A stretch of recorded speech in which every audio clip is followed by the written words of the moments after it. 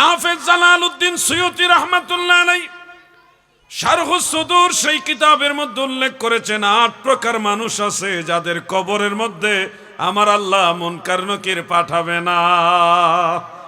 তাদের কোনো প্রশ্ন নাই, তারা বিনা প্রশ্নে হাসরের ময়দানে উঠবে। মান লা ইউসআলু ফিল কবর, যাদেরকে কবরের মধ্যে প্রশ্ন করা হয় না এমন লোক আছে ৮ প্রকার।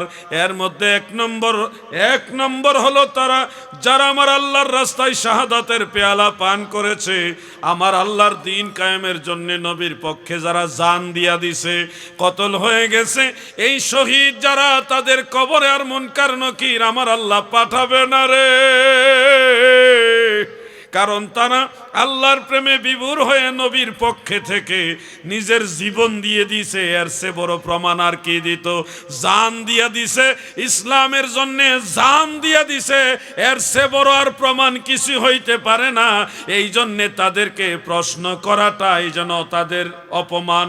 আমার আল্লাহ শহীদ যারা, তাদের কবরে মুনকার নকির পাঠাবে না। সুবহানাল্লাহ। হুজুর আমরা তো শহীদ হব কি হব না জানি না, আমরার অবস্থাটা কি হবে? আপনারাও চাইলে কিছু আমল করলে আপনাদের কবরেও মুনকার নকির আসবে না। ওই শুয়ায়া দিবে, এক ঘুমে হাসর হবে, কোনো প্রশ্ন করবে না, বিনা প্রশ্নে হাসর ময়দান।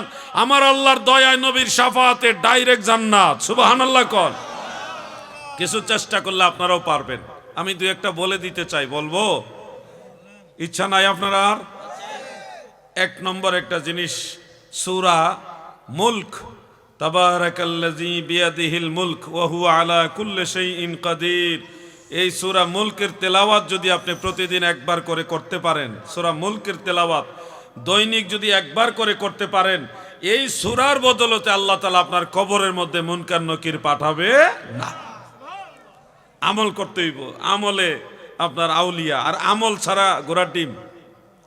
আমল করো নামাজ রোজা, আমল করো নামাজ রোজা, কায়েম করো সুন্নিয়াত, জিন্দাবাদ জিন্দাবাদ নবীর সেনা, জিন্দাবাদ জিন্দাবাদ জিন্দাবাদ নবীর সেনা।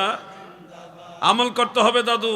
আরেকটা আমলের কথা বলি, যে আমলটা করলে আল্লাহ তাআলা আপনাকে কবরের মধ্যে প্রশ্ন করাবে না, বিনা প্রশ্নে হাসর।